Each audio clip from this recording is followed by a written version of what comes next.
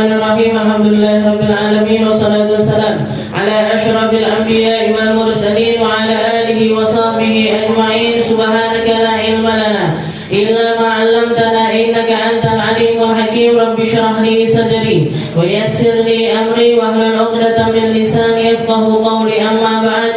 Alhamdulillah ala ni'matil Islam, alhamdulillah ala ni'matil iman, wa kafa biha min ni'mah. Alhamdulillah, segala puji bagi Allah Subhanahu wa taala yang memberi kita nikmat Islam iman, memberi kita nikmat sehat sempat, memberi kita nikmat untuk selalu dan selalu mengkaji perkara-perkara yang menambah wawasan kita, menambah keilmuan kita, menambah pemahaman kita. Dan perkara-perkara yang semacam ini adalah sesuatu yang Allah Ta'ala berikan dan wanti-wantikan untuk disebarkan kepada Nabi kita Nabi Muhammad Sallallahu Alaihi Wasallam.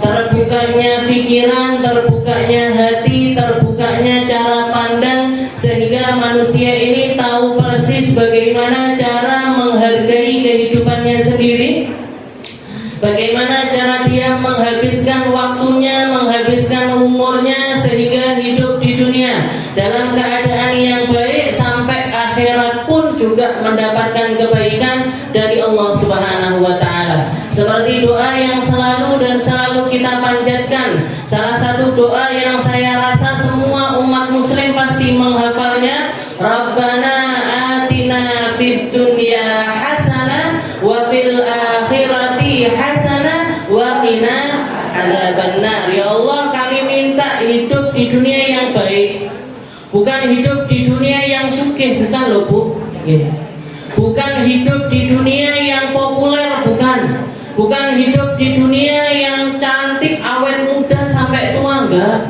gitu. Rabbana atina ayu sampai tua, enggak. Rabbana atina duit sing akeh, enggak. Rabbana, jadi ini doa yang diajarkan sama Allah Ta'ala di dalam Al-Quran. Wa minhum man yaqulu Rabbana atina fid dunya wa ma lahu fil akhirati min khalaq. Katanya Allah Ta'ala, di antara manusia ada yang model doanya itu, ya Allah kasih kami kebaikan dunia saja. Maka orang-orang yang semacam ini, yang doanya minta perkara dunia terus, mintanya kesejahteraan di dunia terus, mintanya enak di dunia tok. Katanya Allah Ta'ala, wa ma lahu fil akhirati min khalaq. Di akhirat enggak usah ngarep apa-apa.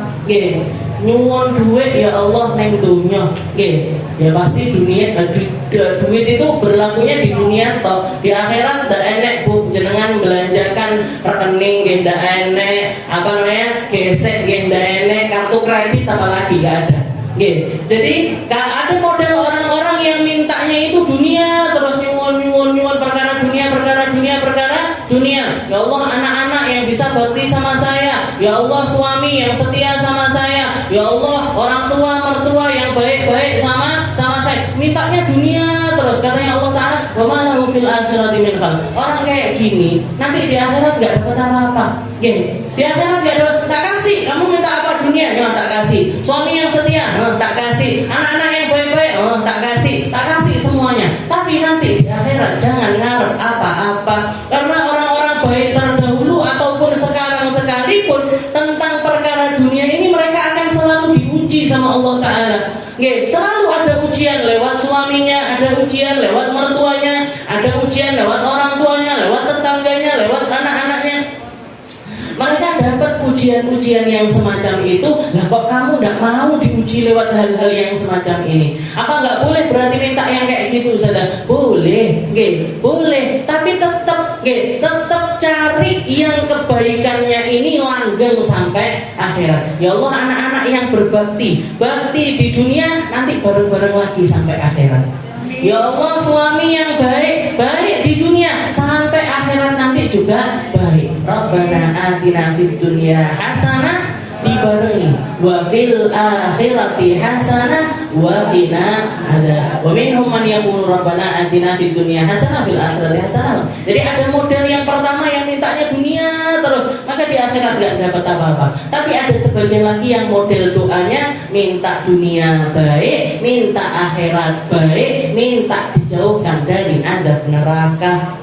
Minta dijauhkan dari azab neraka. Sehingga ketika Allah Ta'ala mengabulkan doanya dia tentang dunia, Allah Ta'ala nggak hanya memberikan perkara dunianya saja, tapi yang baik sampai akhirat. Nggak apa-apa kamu istilahnya dapat ujian-ujian sedikit di dunia tentang duniamu ini, nggak apa-apa, tapi nanti di akhirat kamu akan mendapatkan balasan yang lebih besar daripada apa yang kamu minta di dunia. Jadi kalau doa ambil jadi golongan yang kedua ini tadi. Dan para ulama mengatakan yang dimaksud hidup di dunia yang baik ini gimana? Caranya biar kita hidup di dunia yang baik ini gimana? Hidup di dunia berlandaskan syariatnya Allah Subhanahu wa Ta'ala. Jangan ngarep-ngarep hidup baik di dunia tapi melanggar syariatnya Allah. Aku gah kudungan, aku nggak mau nutup aurat, aku mau tetap bersenang-senang dengan harta saya. Saya maunya nggak ada kehidupan di dunia yang baik kecuali berlandaskan aturan-aturan dari Allah Subhanahu wa Ta'ala. Dan ini aturan syariat ini nggak bisa kecuali lewat jalan ilmu. Oh, ilmune sholat ngono.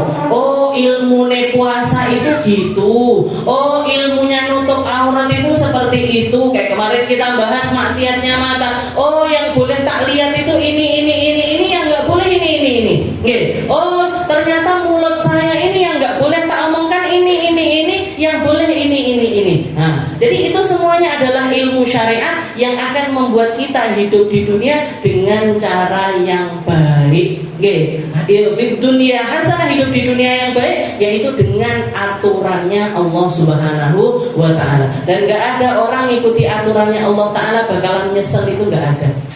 Karena aturannya Allah selalu menjaga manusia, selalu memuliakan manusia, bahkan memperindah manusia yang ketika dirinya sendiri pun nggak mampu menghormati dirinya semacam itu. Manusia ini kalau nggak ada aturannya syariat, Bu, untuk menghargai dirinya aja dia nggak bisa. Untuk memuliakan dirinya aja dia nggak bisa. Kita bahas masalah aurat aja yang nampak.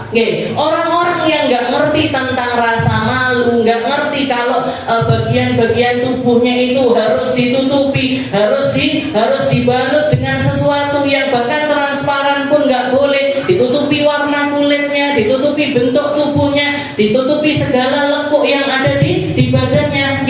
Orang kalau nggak ngerti tentang aturannya Allah, yang semacam ini dijauhkan dari dirinya.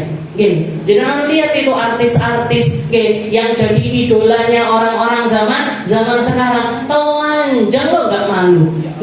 Telanjang bulat mereka nggak malu, melakukan hal-hal yang buruk. Kenapa ini kok bisa seperti dicabut rasa malunya? Kenapa? Saking jauhnya dia dari aturan Sang Pencipta, dari aturannya Nabi Muhammad Sallallahu Alaihi Wasallam. Nas'alullah salamah. Mungkin kita dijauhkan dari yang semacam ini. Kita, anak kita, cucu kita, cucu cicit kita dipahamkan tentang agama, mengertikan tentang Al-Quran, sehingga dia bisa menghargai dirinya bukan cuma di mata manusia tapi di hadapan Allah Subhanahu wa Ta'ala. Kita lanjutkan pembahasan kita masih di dalam maksiatnya lisan. Faslun wa min ma'asil lisan. Termasuk di dalam maksiatnya lisan minggu yang lalu yang kita bahas adalah qadzaf. Menuduh orang lain dalam hal zina, menuduh orang lain melakukan fawahish, melakukan perbuatan yang keji, yaitu melakukan hubungan di dalam ikatan yang tidak dengan ikatannya Allah Subhanahu wa Ta'ala. Maksudnya apa? Melakukan hubungan laki-laki dengan perempuan, atau naudzubillah bahkan yang termasuk yang dimaksud di dalam qadzaf ini juga al-liwat. Liwat itu hubungan sesama jenis, laki-laki dengan laki-laki, perempuan dengan perempuan. Mungkin kalau zamannya jenengan dulu masih kecil-kecil itu koyoke ndak enek wong koyok ngene. Tibake saiki akeh. Ternyata zaman sekarang ini banyak. Maka menuduh orang berzina, menuduh orang melakukan liwat, kalau laki-laki dibilangnya homoseksual, seksual, kalau perempuan dinamakan lesbian, jadi nuduh orang melakukan hal yang semacam ini tanpa ada bukti, itu semuanya masuk di dalam koridor qadzaf. Nuduh orang-orang dengan kalimat-kalimat yang semacam itu, oh kuwi wong loro kuwi wedok sama wedok atau laki sama laki, orang itu kok kemana-mana berdua, tinggal berdua, ngekos berdua, wes mesti pasti ini ada apa-apanya dan lain sebagainya. Nah, maka yang semacam itu pun kalau nggak ada buktinya, nggak bisa mendatangkan 4 orang persaksian. Kalau di zamannya Nabi, dijilid atau dicambuk sebanyak 80 kali cambukan. Selain dicambuk 80 kali cambukan, juga dicabut dari diri orang-orang tersebut syahadatan abadah. Persaksiannya dicabut selama-lamanya. Walaupun sebagian mazhab mengatakan kalau dia taubat, kalau dia berubah, kalau dia menjadi orang baik, sudah nggak melakukan hal yang semacam itu lagi, setelah 1 tahun dari pertaubatannya, syahadahnya ini kembali lagi. Bisa jadi saksi nikah, bisa jadi persaksian di pengadilan, menjadi saksi macam-macam, itu boleh. Tapi dikatakan Imam Abu Hanifah mengatakan enggak, nasnya ayat itu wala taqbalu lahum syahadatan abada. Jangan kalian terima persyahadatannya dia selama-lamanya. Berarti apa? Kalau Allah Ta'ala sudah mencabutnya selama-lamanya, siapa kita yang mengembalikan syahadat tersebut? Siapa kita yang mengembalikan persaksian tersebut? Jadi katanya Imam Abu Hanifah, walaupun misalkan orang ini tadi, pelaku qadzaf ini tadi sudah taubat, ibadah, dapat kedudukan di sisi Allah Ta'ala yang sangat tinggi sekali, jadi wali kutub misalkan, jadi wali yang paling tinggi kedudukannya di sisi Allah Ta'ala, tapi track recordnya itu, jadi di masa lalunya dia pernah menuduh orang lain berzina, maka tetap orang ini nggak bisa jadi saksi dalam hal apapun. Jenengan ngundang orang itu, jenengan nikahkan anak jenengan yang perempuan, dinikahkan, yang jadi saksinya ke orang-orang semacam ini, nggak sah pernikahannya. Kenapa? Karena saksi nikah itu diwajibkan adalah orang-orang yang adul. Orang-orang adul itu apa? Orang-orang yang tidak pelaku maksiat besar, juga qadzaf ini termasuk pelaku maksiat besar. Bukan orang pelaku maksiat besar atau pelaku maksiat kecil tapi kerep. Nah, padahal kita kayaknya nggak ada ini. Zaman sekarang orang yang model bersih dari dosa ini kayaknya hampir nggak ada sama sekali. Makanya para ulama-ulama kita itu memotivasi, Bu, kalau nikahkan anak, terutama akad nikahnya, undang orang-orang baik, undang ulama-ulama, undang kiai-kiai, undang orang-orang yang husnudzonnya manusia ini, mereka golongan orang baik. Ini golongan orang yang ngerti ilmu. Ini golongan orang-orang soleh, ahli-ahli masjid, orang-orang yang istiqomah di dalam masjid. Undang orang-orang semacam itu, biar apa? Biar kalaupun saksi yang ditunjuk di situ sebagai saksi ini ternyata nggak masuk kategori orang yang memenuhi syarat adalah memenuhi syarat adilnya diri atau bebasnya dari dosa, tapi masih ada saksi-saksi yang lainnya yang insya Allah juga akan bisa mensahkan dari pernikahan tersebut. Karena rukunnya nikah atau orang yang ada di dalam pernikahan itu kan harus ada penghulu, ada wali nikah dari perempuan, setelah itu 2 orang saksi, habis itu mempelai laki-laki, harus ada mempelai laki-lakinya harus dihadirkan di situ, setelah itu ijab qabul. Makanya kalau jenengan mau melihat akad nikah terbaik, jenengan lihat akad nikahnya orang-orang soleh, keluarga-keluarga pondok. Jenengan tonton, jenengan tirukan. Ojo nirok ning sinetron. Jangan nirukan akad nikahnya sinetron, akad nikahnya yang ada di TV. Bahkan yang ngetren sekarang, anak muda zaman sekarang, wes nikahe pokoknya sah nih, nikah KUA. Cuman ada 1 orang, 2 orang aja biar apa? Biar hemat budget katanya. Nanti duitnya bisa dipakai honeymoon. Nah, kemana? Ke Zimbabwe misalnya. Dipakai ke luar negeri, dipakai ini itu dan lain sebagainya. Nah ini orang-orang yang landasan pernikahannya itu bukan aturannya, bukan nyari yang paling berkah, enggak, tapi pikirannya dunia, timbangannya duit, ngakai imangan orang-orang, ngasih jamuan ke orang tamu undangan itu loh pahalanya besar. Selama kita tidak memaksakan, selama tidak keluar dari batasan yang kita mampu, nggak berlebih-lebihan, nggak foya-foya, di situ ada nilai-nilai pahala. Oke, kalau jenengan mau melihat akad nikah yang paling berkah di zaman sekarang ini, jenengan tirukan akad nikahnya para ulama-ulama. Oke, keluarga pondok mana gitu. Jenengan lihat, jenengan perhatikan, setelah itu ditirukan. Oke, setelah itu zaman saya Bu, saya nikah ini di kampung dalam khususnya ataupun di daerah sini nggak lumrah. Setelah akad nikah itu biasanya setelah akad nikah itu cuma ada khutbah nikah, gitu. Setelah akad nikah adanya khutbah nikah. Jarang ada ceramah setelahnya, itu jarang. Abah saya hadir manten di Bangil. Hadir manten di Bangil, di situ kebetulan setelah akad nikah Habib Segaf guru saya itu berdiri ngasih khutbah nikah sekaligus tausiah nikah. Jadi ada nasihatnya panjang sekitar setengah jam. Setelah selesai akad, karena itu waktunya berdekatan sama nikahan saya, abah saya marani Habib Segaf. Setelah itu bilang, Beb, saya mau undang jenengan nanti nikahannya Aminah, nanti dikasih tausiah nikah ya Beb. Katanya Ustaz Segaf, memangnya di situ biasanya ada tausiahnya? Di Tulungagung apa biasa ada tausiahnya? Enggak biasa. Tapi saya seneng kok, bagus ya akad nikah ada tausiahnya. Jadi orang-orang yang datang itu kan yang pengantin lama ini kan juga panggah butuh tausiah. Enggak mek manten anyar tok sing butuh dinasehati. Ini manten lawas-lawas, tambah lawas tambah butuh dinasehati koyo iki. Karena cintanya luntur biasanya. Jadi istilahnya kayak gitu. Akhirnya diadakan. Jadi waktu manten saya itu setelah akad nikah, khutbah nikah, habis itu ada tausiah nikahnya. Jenengan sayangnya enggak tak undang waktu itu. Karena kita belum kenal. Darussalam belum lahir juga. Jadi wa yuhaddul qadhi ila thamanina jaldah wa raqiq misuha wa minha. Jadi hukum qadhi. Jadi jangan main-main. Nuduh orang zina, nuduh orang melakukan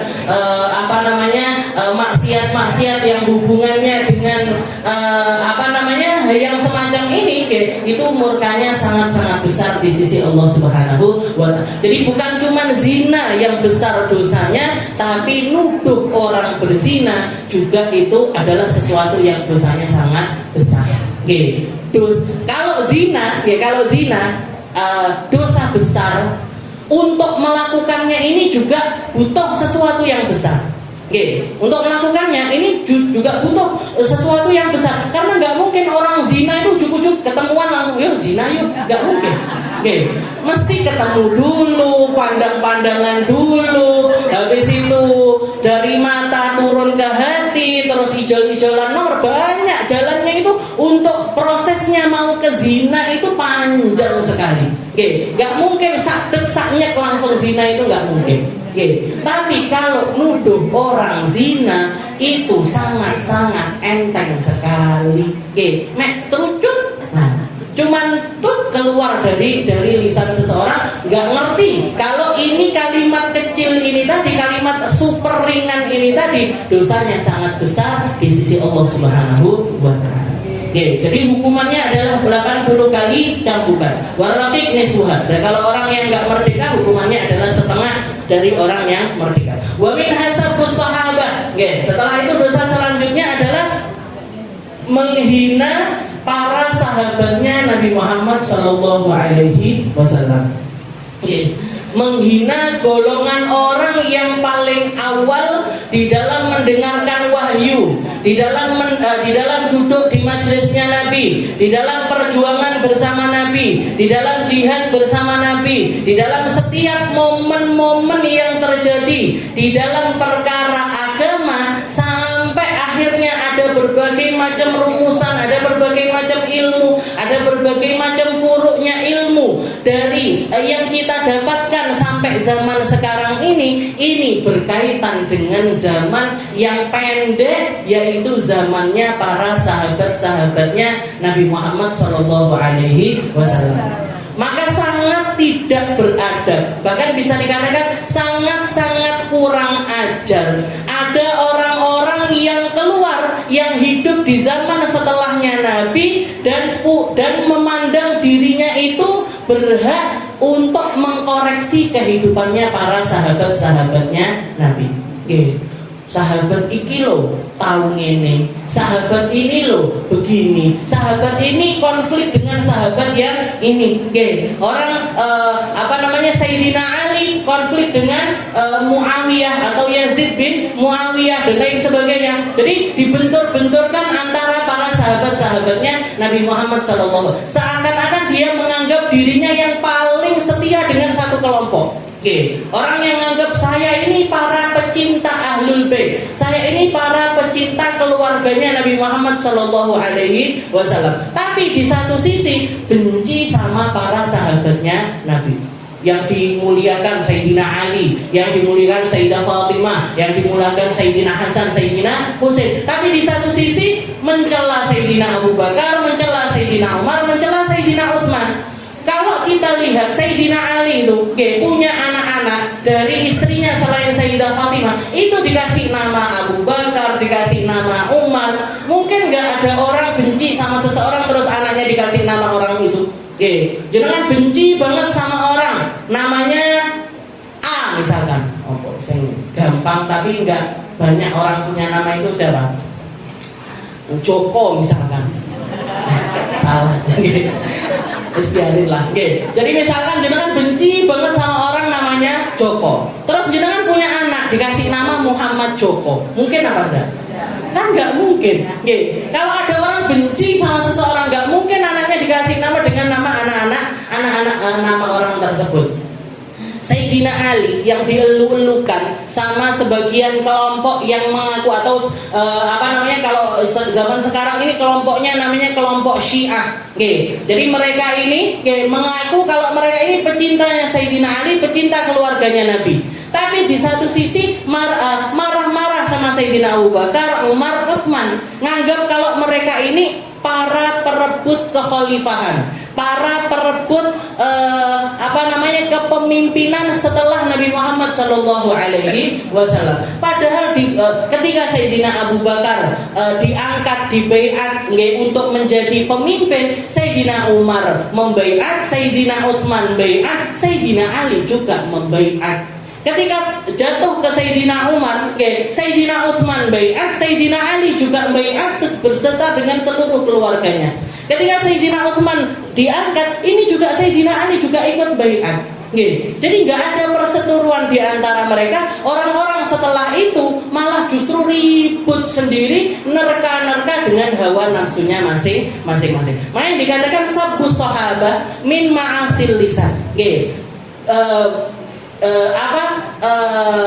Ngomong jelek atau menghina orang-orang yang sezaman dengan Nabi Muhammad SAW itu termasuk maksiatnya lisan yang paling besar.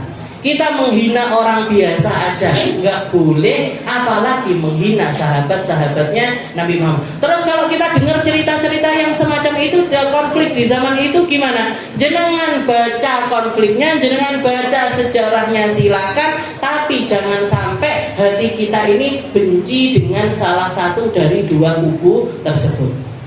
Itu adalah sesuatu yang Allah Ta'ala takdirkan berjalan menjadi seperti itu sebagai bentuk ujian manusia zaman tersebut dan menjadi ujian zaman selanjutnya.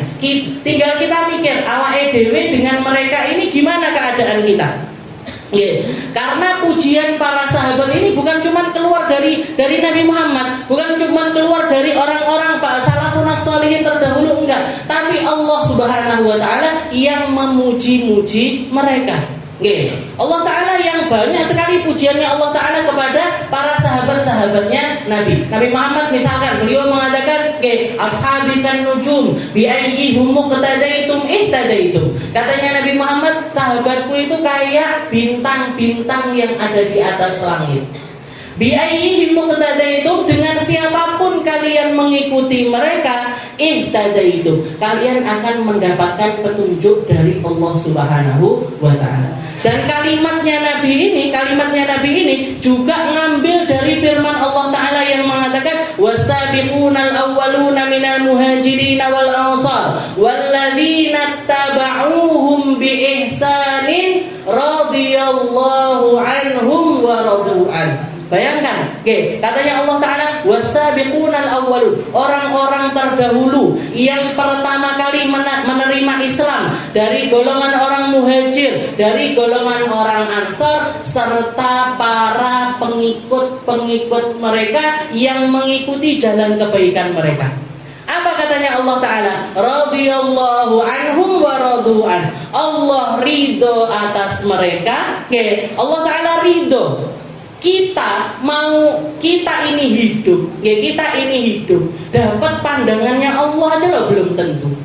Dilirik karo Gusti Allah loh belum tentu. Apalagi bikin Allah Ta'ala senang, apalagi diridhoi sama Allah. Nah ini orang para sahabatnya Nabi, mereka sudah dapat predikat itu. Radhiyallahu anhum, Allah ridho atas mereka, wa radu'an, dan mereka pun ridho dengan Allah Ta'ala sebagai Tuhan mereka. Nah para ulama mengatakan, orang-orang yang benci sahabatnya Nabi, orang-orang yang benci keluarganya Nabi, karena keluarganya Nabi ini juga masuk di dalam sahabatnya Nabi. Sayyidina Ali, Sayyidah Fatimah, Sayyidina Hasan, Sayyidina Husain masuk. Kalau kita ngambil kategorinya sahabat itu apa? Oh, sahabat itu orang yang ketemu sama Nabi, beriman sama Nabi, meninggal dalam keadaan iman. Sayyidah Fatimah masuk apa enggak di dalam kategori ini? Masuk. Sayyidina Hasan, Sayyidina Husain masuk napa mboten? Masuk. Berarti apa? Mereka ini keluarganya Nabi sekaligus sahabatnya Nabi.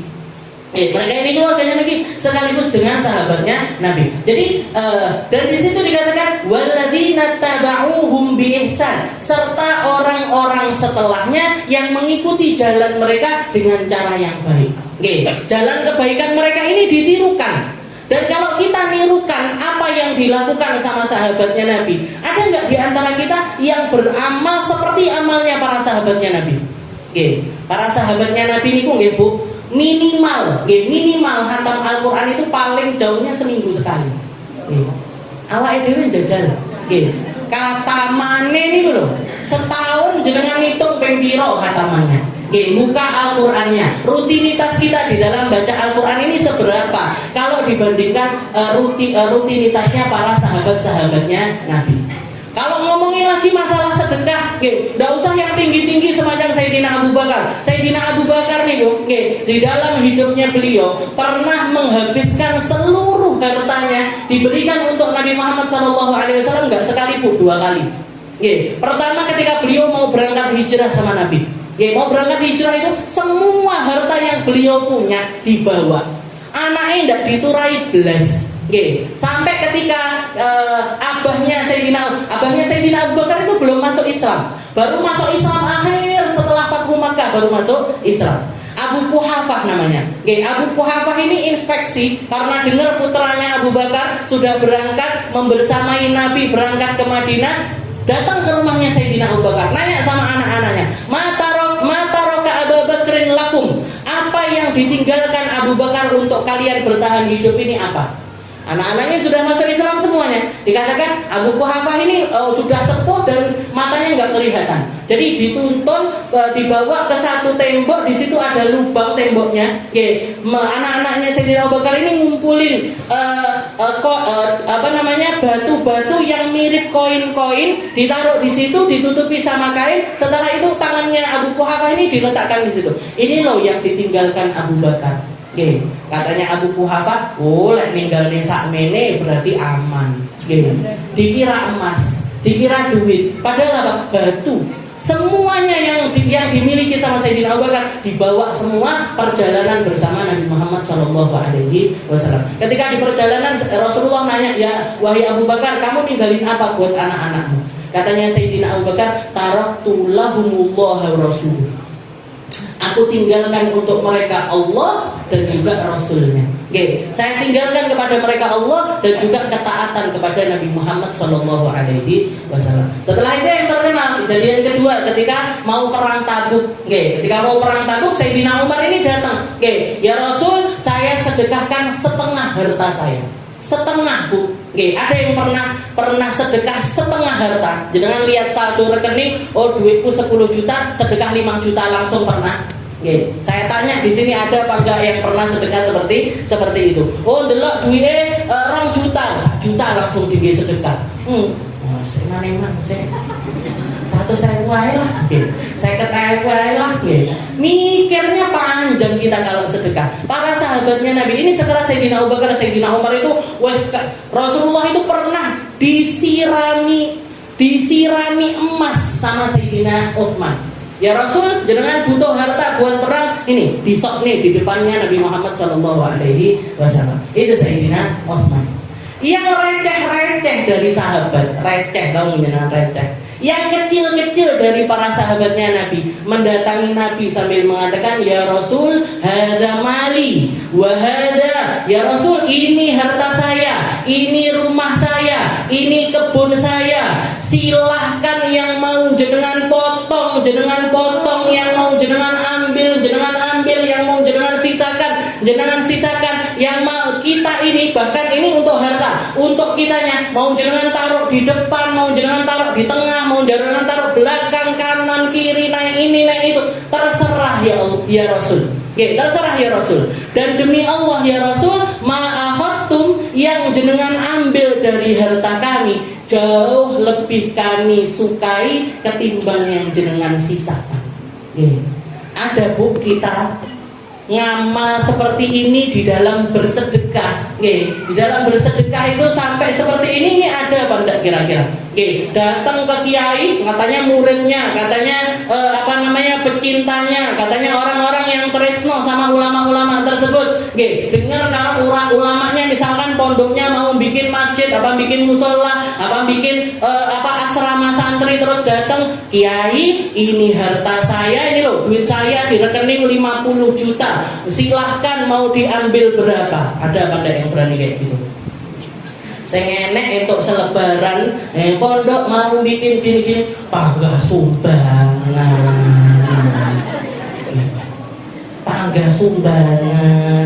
kok ora barbar sumbangan. Ini mayoritas yang keluar dari para orang-orang yang katanya ahli iman, yang katanya iman kalau harta ketika disedekahkan itu bakalan diganti sama Allah Ta'ala, bakalan berkembang sampai 70 kali lipat, bakalan dapat ini itu dari Nabi Muhammad SAW. Ini yang keluar dari lisannya orang-orang yang ngaku seperti itu kayak gitu. Panggang ini. Kalau nggak bisa bantu, nggak usah nyelatu. Ini loh, kita belajar maksiatnya lisan. Kalau kita nggak bisa bantuin, kalau kita menganggap diri kita ini jauh untuk bisa melakukan, untuk bisa masuk di dalam golongan para ahli sedekah semacam itu, nggak usah nyelatu. Ya Allah, aku sih durung iso, durung kuat. Semoga nanti suatu saat saya punya kesempatan yang semacam itu. Ini yang receh-receh dari para sahabatnya Nabi ini, ikrarnya sama Nabi SAW. Ya Rasul, ini harta saya, ini kebun saya, ini kurma saya, ini ladang saya, ini kendaraan saya, silahkan yang mau diambil yang mana, yang mau disisakan yang mana. Dan demi Allah ya Rasul, yang jenengan ambil jauh lebih kami sukai ketimbang apa yang jenengan sisakan. Minggu yang lalu kita dengar kisahnya para Ansor, orang-orang Ansor, orang sahabat-sahabat yang tinggal di negeri Madinah. Ketika menyambut kedatangannya orang-orang Muhajir, disambut setelah itu apa? Yang punya 2 rumah, kamu mau pilih rumah saya yang mana? Silakan diambil. Ini kebun saya ada 2, sitoke PN. Bahkan bojoku loro, sitoke. Ada yang berbagi sampai ke bojo-bojo. Lek itu wong Ansor ndak enek, Bu. Kalau bukan hasil didikan dari manusia terbaik yaitu Nabi Muhammad SAW, nggak akan bisa terjadi yang semacam. Jadi Rasulullah SAW itu manusia terbaik. Ketika Allah Ta'ala memilihkan untuk beliau memilihkan ibu terbaik.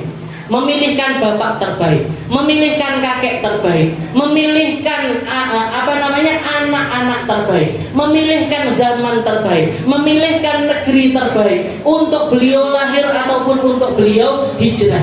Oke, semua itu dapat predikat VIP dari Allah Subhanahu wa Ta'ala. Oke, semua yang mengelih kita ini jadi umatnya Nabi, jadi umat yang terbaik, dinaskan di dalam Al-Quran, kuntum khaira ummatin ukhrijat linnas. Katanya Allah Ta'ala, kalian itu adalah umat terbaik yang pernah dikeluarkan sama Allah Ta'ala.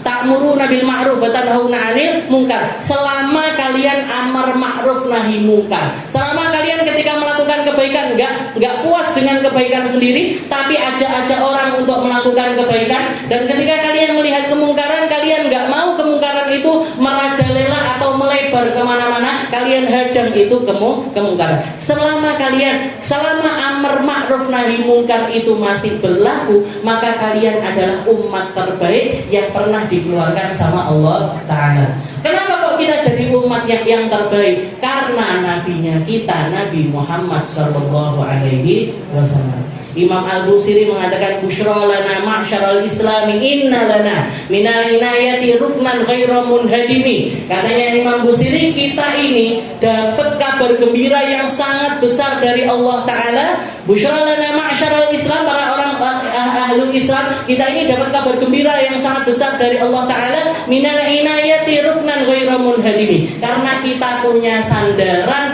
yang gak akan pernah roboh dengan apapun. Okay. Dan di akhir bi akramir rusli kunna akramal umami. Dan kita ini jadi umat yang termulia bukan karena kitanya, bukan karena ibadahnya kita, bukan karena kelakuannya kita, bukan, tapi karena kita punya nabi sebaik-baik nabi, yaitu Nabi Muhammad Sallallahu Alaihi Wasallam. Lek ndak bu angel awake dhewe ngamal.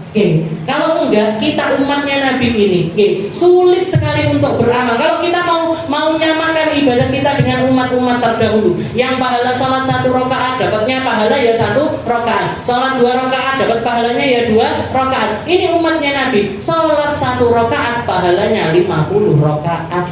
Salat 1 dihitung sama Allah Ta'ala semacam salat 10.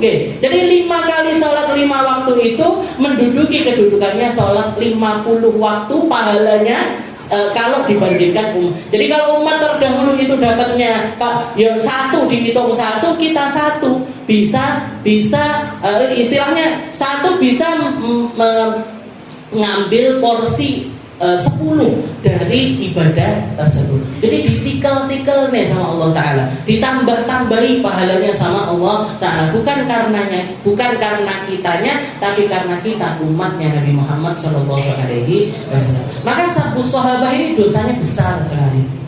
Makanya jenengan salah satu tempat yang atau kalau dengar ceramah, kalau dengar tausiah, dengar majelis dan lain sebagainya, kok sudah yang dibahas ini jelek-jelekan satu kelompok, meninggikan kelompok yang lain. Apalagi kalau yang dibenci atau yang dihinakan itu adalah para sahabat-sahabatnya Nabi, jenengan metuai teko majelis. Bermajelis nopo tengah-tengah majelis, saudara. Ketika itu juga jenengan keluar aja. Kenapa? Takutnya laknatnya Allah Ta'ala turun dan jenengan ada di situ. Karena sabus sahabat atau menghina sahabat ini dosanya besar sekali. Wasabus sahabat wa syahadatuz zur. Setelah itu juga dosa selanjutnya adalah persaksian palsu. Persaksian palsu. Nabi Muhammad mengatakan, orang kalau kita jadi saksi di dalam satu tempat, jenengan misalkan melihat ada pencurian, atau melihat ada kecelakaan, atau melihat ada masalah-masalah konflik yang sampai ke pengadilan. Setelah itu jenengan menyaksikan A, persaksiannya B. Atau diputar balikkan faktanya, ngelihat pencurian tapi ngomongnya nggak ngelihat. Ngelihat kemaksiatan atau kesalahan tapi ngomongnya nggak melihat. Jadi ini namanya syahadatuz zur. Bersaksi dengan persaksian yang bohong di majelis pengadilan. Bohong biasa aja dosa besar, ini bohong di majelis pengadilan, itu namanya syahadatuz zur. Katanya Nabi Muhammad, dia keluar dari tempatnya satu langkah, wa wajabat alaihi sakhatun minallah. Wajib bagi orang tersebut dapat murka dari Allah Ta'ala. Wajib. Makanya kalau ditunjuk jadi saksi-saksi yang semacam itu, jenengan kudu ngati-ngati banget.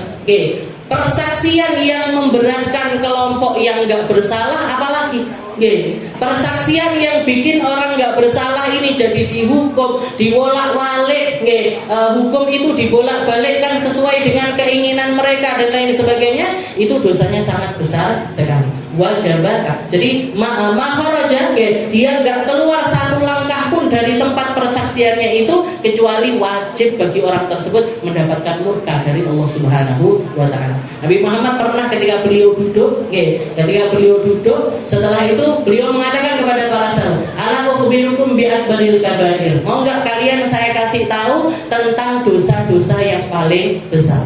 Katanya para sahabat, bala ya Rasul. Baik ya Rasul, apa aja ya Rasul? Katanya Nabi Muhammad mengatakan yang pertama asyirku billah, menyekutukan Allah Ta'ala. Ini dosa yang nggak bisa ditoleransi dengan apapun.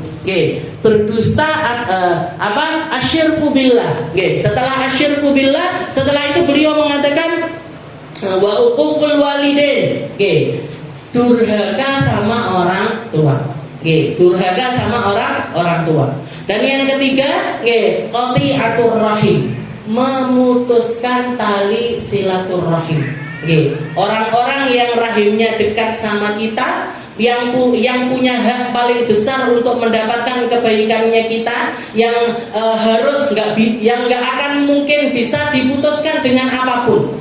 Jenengan punya saudara sekandung itu, Bu. Di dunia saudara sekandung, sampai akhirat saudara sekandung. Nggak bisa diketok pakai apapun, nggak bisa. Bapak ibunya jenengan seburuk apapun misalkan kelakuannya mereka, sampai mati, bahkan sampai setelah mati, mereka tetap jadi orang tuanya jenengan. Anaknya jenengan, pamannya jenengan, bibinya jenengan, ponaannya jenengan. Nah itu semuanya adalah orang-orang yang nggak bisa kita putus hubungan sama mereka, ini nggak bisa. Maka termasuk salah satu dosa besar adalah qati'atur rahim, memutus tali silaturahim. Biyen dhek kakakku saiki ndak. Piye ceritane biyen kakake saiki ndak? Biyen dulu dia bapak saya, tapi karena kelakuannya pokoknya duduk bapakku. Na'udzubillah. Jadi itu nggak bisa. Qati'atur rahim, mutus tali silaturahim itu termasuk dosa yang paling besar. Setelah itu dikatakan Rasulullah mengatakan wa qauluz zur wa syahadatuz zur. Ala wa qauluz zur wa syahadatuz zur. Itu diulang-ulang sama Nabi, mulai dari nada yang terendah sampai nada yang tertinggi. Dari Rasulullah duduk sampai Rasulullah berdiri. Ala wa qauluz zur wa syahadatuz zur. Ala wa qauluz zur wa syahadatuz zur. Ala wa qauluz zur wa syahadatuz zur. Jangan sampai kalian bersaksi palsu, ngomong bohong, bikin persaksian yang palsu. Itu katanya para sahabat, sampai kami ini gemeteran semuanya, kami takut karena ucapannya Nabi Muhammad SAW. Jadi dari sekian banyak dosa, Rasulullah itu wanti-wanti di akhir itu dengan dosa ini tadi, qauluz zur wa syahadatuz zur. Jadi kalau kita dapat amanah saksi cerainya orang misalkan, sekarang kan sidang itu kan macam-macam. Persidangan konflik suami istri ya, jenengan didatangkan jadi saksi, jenengan tahu persis, oh ini yang jahat memang suaminya misalkan, KDRT ini itu, jenengan meneng, enggak, lemah lembut kok suaminya sama istrinya, yang akhirnya bikin si perempuan ini tambah nggak bisa berkutik lagi. Jadi persaksian palsu dalam hal kalau kita diutus untuk jadi saksi, katakan seperti apa yang kita tahu, ucapkan seperti apa yang kita pahami, jangan ditambahi, jangan dikurangi. Apalagi ditambahi. Lek dikurangi tok mungkin kalau dikurangi akan berefek, maka itu juga dosa. Tapi kalau dikurangi dari segi mungkin tata bahasa dan lain masih nggak apa-apa. Nah, nambah-nambahi itu juga nggak boleh. Ini namanya syahadatul zur. Wa syahadatul zur wal khulfu fil wa'd idza wa'ada. Nah, juga mangkir dari sebuah janji. Nah, itu juga nggak boleh. Nah, termasuk dosa besar. Jadi misalkan jenengan janji untuk bayar utang tanggal 1 Januari misalkan. Ada uangnya. Tapi pas ditagih, awakmu kan ora butuh duit. Tak sediain Nah, kalau ada akad baru masih nggak apa-apa. Tapi kalau misalkan nggak ada akad baru lagi, jenengan ngolor-ngolor tanpa adanya kejelasan dan atau apalagi kalau nggak niat bayar pancana, nggak niat bayar. Jadi utang untuk nggak niat bayar itu dosanya besar itu. Nah, kalau utang berarti ada pembayaran. Kalau jenengan utang nggak bayar itu namanya bukan utang, jaluk. Itu namanya jaluk. Wal khulfu fil wa'd idza wa'ada. Para tabi'in, orang-orang yang setelah zamannya Nabi, termasuk di antaranya Sayyidina Ali Zainal Abidin, dikatakan beliau itu kalau punya janji, ndak kalu mangan, ndak kalu ngombe. Gak bisa makan, gak bisa minum sampai beliau menunaikan janjinya tersebut. Orang sekarang kan enggak. Jadi yang bahkan kalau utang ditagih, luweh kereng sing utang dibanding sing nagih. Lebih awakmu lho, ora punya apa, ini aku sakmono wae, mungkin. Jereke utang. Kalau utang itu berarti nagih di situ wajib hukumnya. Kalau utang nagih itu wajib hukumnya. Kita nagih mereka itu hukumnya wajib. Lah kok sing ditagih luwih kereng gak timbangane sing nagih. Ini kan malaikat bingung ngerti. Piye wong iki? Yang harusnya marah siapa? Yang harusnya ninggikan kata-kata ini siapa? Kok malah mereka ini seperti itu. Wal khulfu fil wa'di idza wa'ada wa huwa yudbirul khalaq. Rasulullah pernah cerita di zaman nyeritakan kejadian di zaman Bani Israil. Jadi sebelum zamannya Rasulullah Sallallahu Alaihi Wasallam ada dua orang iman, dua orang ahli iman dengan keimanan yang luar biasa, dengan amanah yang luar biasa. Mereka ini salah satu temannya ini butuh uang, kayak kita biasanya sama teman, istilahnya butuh bantuan dana. Nanya sama temennya, kamu punya nggak uang sekian? Waktu itu sekitar 1.000 dirham. Kamu punya nggak uang 1.000 dirham? Kata sahabatnya, punya saya. Oh ya udah, saya tak pinjam dulu. Nanti 1 bulan lagi saya bayar. 1 bulan lagi saya bayar. Nah, dipinjemin lah. Dua orang ini tadi pinjemin. Jadi yang satunya pinjemin 1.000 dirham kepada sahabatnya. Dan dua orang ini tinggal di daerah yang berbeda. Jadi satu di pulau ini, satu di pulau ini. Yang kalau misalkan mau ketemuan itu harus nunggu kapal lewat. Jadi dipisahkan sama laut yang besar, jadi dipisahkan sama lautan. Jadi kalau mau ketemuan, mau janjian itu harus ada kapal ini ya. Istilahnya sulitlah untuk ketemuan. Maka dikatakan sebulan kemudian, sahabat yang utang ini tadi sudah bawa duit 1.000 dirham, dia mau bayar utang kepada sahabatnya. Pergi ke pinggir pantai, nyari perahu, ternyata nggak ada satu kapal pun. Nggak ada kapal yang berlayar karena ombaknya lagi besar. Nanya dia sama orang-orang yang nelayan-nelayan yang ada di situ. Kira-kira ini nanti ada kapal lagi kapan? Oh mungkin ya lihat-lihat ombaknya. Kalau nggak besok, mungkin besok lusa baru ada kapal lagi. Maka orang ini tadi, jenengan kira-kira pripun? Wis tak mulai hae lah. Atau zaman itu belum ada HP, jadi nggak bisa ngirim kabar. Kalau kita mungkin sudah, ya wes wae ngenteni kapal kok baru aku berangkat ke sana. Itu normalnya orang. Normalnya orang. Ndak sing pokoknya normalnya orang ahli iman itu ya seperti itu. Pulang nanti diniati bayarnya mundur titik lah, istilahnya begitu. Tapi laki-laki ini beda. Dikatakan karena dia saking pengennya cepet-cepet bayar. Ini kan luar biasa ini. Duwe utang tapi pengen cepet bayar, ini kan luar biasa. Maka dikatakan dia nyari kayu, nyari kayu, 2 kayu. Di antara uangnya ini ditaruh di tengah-tengah. Jadi dia dilubangi, jadi bikin 2 kayu, salah satu kayunya itu dilubangin, duitnya dimasukin ke tempat tersebut.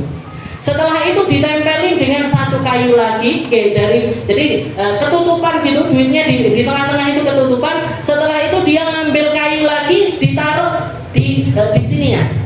Jadi biar kelihatan kalau kayu ini bukan kayu normal yang kena air, enggak, tapi kayu yang memang dibikin orang seperti itu. Karena kalau ditutup gini tok terus dikenter nih kan orang lihatnya, oh kayu biasa, gitu. Nah, maka dia ngambil kayu lagi ditaruh di depannya sini. Habis itu dikenter nih, dengan kata-kata ya Allah di dalam perjanjian, dan dikatakan ketika perjanjian itu, ketika perjanjian utang piutang itu, orang ini mengatakan sini tak pinjemin kamu 1.000 dirham. Setelah itu yang minjemin ini nanya, famani syahid, siapa ini yang jadi saksi utang piutangnya kita ini saksi? Utang piutangnya kita ini butuh saksi. Siapa saksinya kita? Katanya si laki-laki tersebut, saya nggak punya saksi. Biarlah Allah Ta'ala yang jadi saksi dari utang piutangnya kita.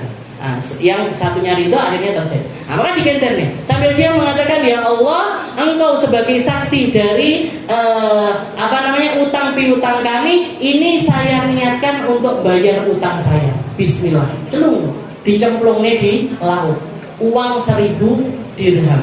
Uang 1.000 dirham itu 1 dirham itu mungkin sekitar 4.000 sampai 5.000. Nah, berarti kalau kan lumayan besar kan, gitu, utang yang lumayan besar. Dilemparkan, dikatakan, subhanallah, Allah Ta'ala yang bolak-balikkan hati. Sahabatnya dia yang ngutangi itu tadi, di rumah itu dia ingat, oh ini hari teman saya bayar utangnya. Akhirnya dia keluar rumah, pergi ke pantai, nunggu barangkali ada kapal yang datang, nanti sahabat saya datang bayar utang. Dintenteni nggak ada kapal, ditunggu-tunggu nggak ada kapal. Tahu-tahu dia ngelihat dari jauh itu di laut ada kayu yang lagi, kayu yang dibikin sama sahabatnya tadi. Dia dikasih sama Allah Ta'ala rasa untuk ngambil. Setelah diambil, dibuka, ternyata di dalamnya ada uang 1.000 dirham dan juga tulisan suratnya si sahabatnya itu. Wahai sahabatku Fulan bin Fulan, ini utang saya bayar buat kamu begini. Nah, diambil sama dia, dibawa pulang. Sahabatnya yang ada di sana karena masih kepikiran, iki teko opo enggak, nyampe opo enggak. Maka ketika ada kapal, dia nyiapkan duit lagi 1.000 dirham. Dia nyiapkan lagi duit 1.000 dirham, naik ke atas kapal, pergi ke rumah sahabatnya. Nyebrang, setelah itu pergi ke rumah sahabatnya. Ketika ditanya, ini utang saya 1.000 dirham. Katanya sahabatnya, loh kamu kan sudah bayar utang. Kapan aku bayarnya? Kemarin. Saya nemukan di dalam kayu yang kamu buat beserta surat yang ada di situ. Subhanallah, nggak basah sama sekali, nggak kena air sama sekali, nggak luntur sama sekali.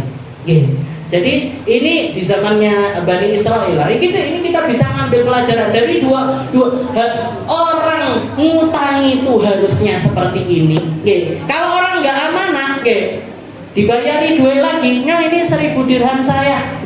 Oh, 3 loro. Dia utang saya 1.000 dirham, dia bayar 2.000 dirham. Oh, rezeki ini minallah, dari Allah Ta'ala. Orang kalau nyari kesempatan, dia nggak akan jujur. Jadi pengutang itu harusnya seperti ini. Orang yang berhutang itu harusnya seperti ini. Kalau yang satunya lagi nggak yakin dia ini duit ini nyampe bener ke sahabatnya apa enggak, dia nyiapin lagi uang 1.000 dirham, dibawa lagi ke temannya untuk bayar. Jadi akhirnya apa? Yang terjadi, jadi kisah yang sama-sama indah karena melibatkan 2 orang yang sama-sama bertakwa kepada Allah Ta'ala. Gak ada saling pengen dapat keuntungan lebih, gak ada saling, semuanya berdasarkan iman kepada Allah Subhanahu wa Ta'ala. Wallahu a'lam bishawab. Insyaallah kita lanjutkan.